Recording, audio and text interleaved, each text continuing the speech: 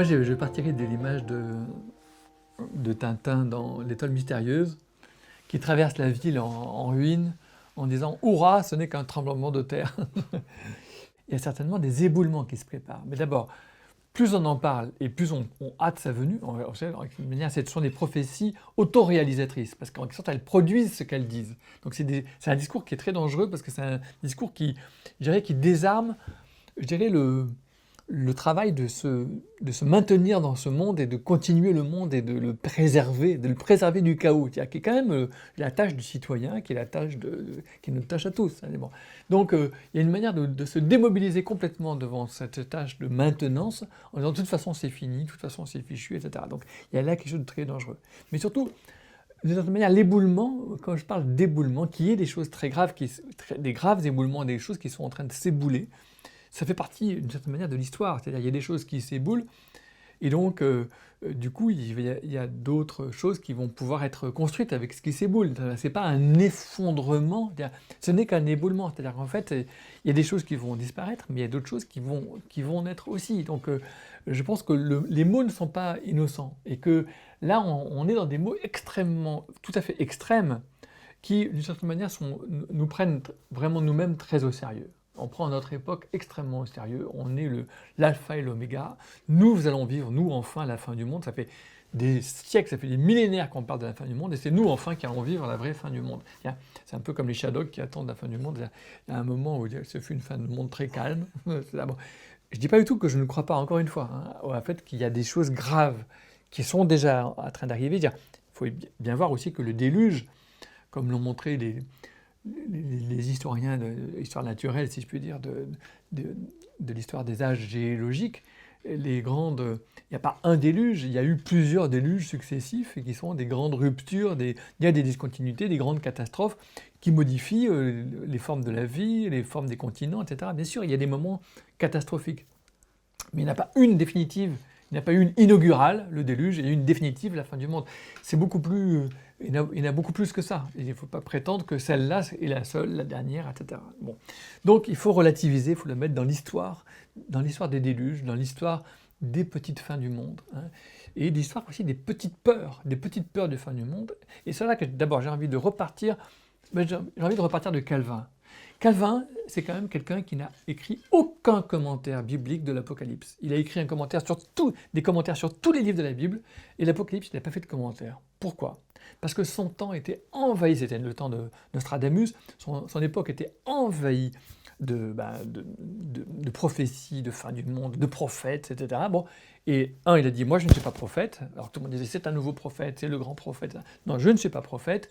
Et deuxièmement, l'Apocalypse circulait, nous, on s'installe dans le monde. Et ça se voit tout de suite. Un auteur que j'affectionne, dont on a fêté en 19 le 400e anniversaire de la mort, Olivier de Serres, dans son domaine du Pradel, là-bas en Ardèche, qui en sont en pleine guerre de religion, va planter des arbres, va essayer des graines, préparer la culture du ver à soie, bref, préparer la renaissance du pays, la renaissance de la possibilité de la paix.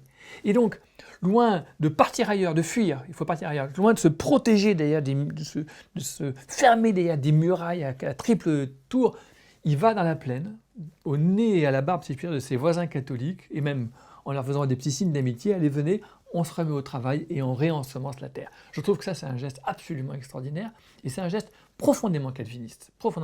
C'est le geste qui nous manque aujourd'hui, partout, que ce soit en Afrique, que ce soit en France, partout. C'est ce geste de confiance, on s'installe, on prend le temps. Le monde est durable. Voilà.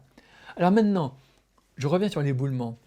Sur le fond de cette confiance, il faut être réaliste que c'est pas non plus tout rose. Il y a devant nous des temps sombres, des temps difficiles, mais qui vont justement nous demander le courage de revenir ensemble pour essayer, dans nos limites, dans les limites qui sont les nôtres, dans les limites de nos techniques, dans les limites de nos moyens, de ne pas construire des grands rêves de châteaux en Espagne pour s'envoler ailleurs dans des planètes où enfin là on ferait la paix, hein, parce qu'on voit très bien dans la littérature scientifique pour adolescents, qu'on parle de Mars. Enfin, sur Mars, l'humanité sera réconciliée, elle fera des choses extraordinaires. Ah bon, c'est complètement pipeau. On sait très bien que sur Mars, encore, on ferait la guerre, comme sur Neptune ou sur n'importe quoi. Donc, l'humanité va projeter encore plus gravement ses fantasmes les plus dangereux ailleurs que sur la Terre.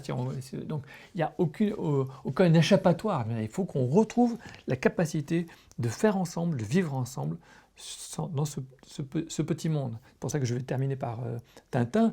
Un autre Tintin, c'est on a marché sur la Lune, le capitaine Haddock à la fin, il arrive, il se casse la figure tout en disant on n'est jamais si bien que sur notre bonne vieille Terre. Et donc il a été sur la Lune et il revient à la Terre. Voilà, finalement on n'a que la Terre.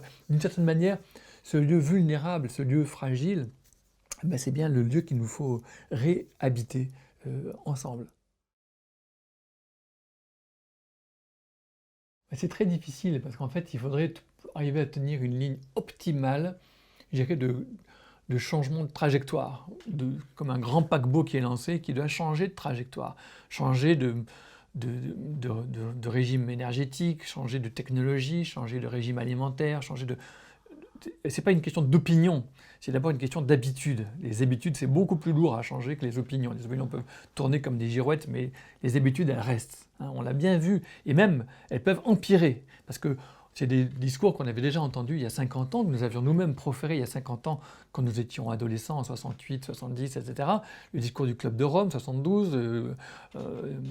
Et donc, ça n'a rien changé du tout. Donc, il faudrait un changement optimal. Le problème, c'est qu'il y a une limite. Si on va trop loin, je dirais, dans la pression pour changer la trajectoire, on crée la panique. Et la panique fait des morts en plus. C'est ça le problème du Titanic, d'une certaine manière. Soit on prévient toute la population, elle va paniquer, le bateau va chavirer de panique, d'une certaine manière, où il va y avoir plein de gens qui vont être écrasés dans les escaliers par la panique. Soit on prévient les gens au fur et à mesure, peu à peu, et on essaie de sauver le maximum de manière optimale, mais d'une certaine manière, du coup, on ne panique pas assez. Donc, il y a une équation entre la responsabilité et la panique. Comment créer les conditions de la responsabilité maximale, tout de suite, de tout le monde. Et là, je suis très très très proche de ceux qui sont inquiets. Je pense qu'on va droit dans le mur, ça fait longtemps qu'on le dit, moi j'en suis profondément convaincu depuis longtemps, j'ai fait des films dessus, des articles dessus depuis des années. Et en même temps, je dirais, ce discours de la responsabilité, il ne faut pas qu'il tombe dans la panique. Je me méfie beaucoup de l'alternance entre l'apocalypse et le cynisme. Entre le total c'est fini, c'est foutu, etc. et le total c'est je m'en foutisme, de toute façon moi j'ai mon 4x4, si moi je serai le dernier à mourir, mais au moins je vais me protéger. C'est l'idée qu'on se protège, croire qu'on peut se protéger tout seul, soit individuellement, soit avec mon petit groupe, ma famille, etc. Soit une nation qui toute seule va se barricader et se faire son arche de Noé pour elle toute seule, pour sortir, pour quitter ce monde voué à la catastrophe totale. Ça, je pense que c'est extrêmement dangereux. Croire qu'on puisse se sauver tout seul, c'est ça qui est dangereux. On ne peut se sauver qu'ensemble. Et donc, nous devons nous faire place les uns aux autres.